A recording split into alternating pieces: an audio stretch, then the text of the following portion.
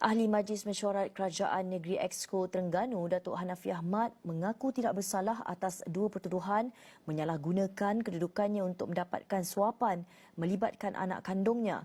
Ahli Dewan Undangan Negeri Adun Cukai yang berusia 66 tahun itu membuat pengakuan itu sejurus pertuduhan dibacakan di hadapan Hakim Mahkamah Session Kuala Terengganu, Azman Mustafa. Berdasarkan pertuduhan, tertuduh sebagai ahli Majlis Mesyuarat Kerajaan Negeri dan pengerusi Pangkalan Bekalan Kemaman Sdn Berhad PBKSB telah menggunakan kedudukan untuk suapan bagi Muhammad Najmi Hanafiah. Tertuduh didakwa melakukan kesalahan itu pada 15 Ogos 2018 di Pejabat Epik Berhad tingkat 2, bangunan aneks Pangkalan Bekalan Kemaman Teluk Kalong, Kemaman.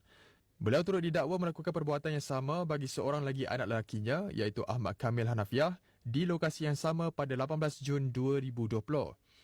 Bagi kesalahan itu, tertuduh didakwa mengikut Seksyen 23-1 Akta Suruhanjaya Pencegahan Rasuah Malaysia 2009, Akta 694 yang boleh dihukum di bawah Seksyen 24-1 Akta yang sama.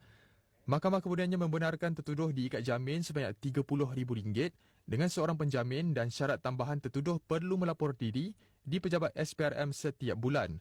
Mahkamah turut menetapkan 12 April depan bagi sebutan semula kes.